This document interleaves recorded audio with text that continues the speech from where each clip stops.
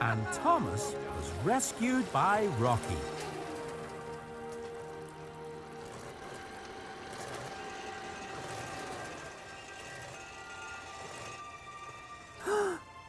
I am so sorry, sir. It's all my fault. I know it is. Thomas, there's nothing to be sorry about. I'm proud of you. Ryan told me everything, and I know you did your best to stop that pirate getting away. But I wasn't quick enough to save the treasure, sir. Please don't worry about the treasure, Thomas.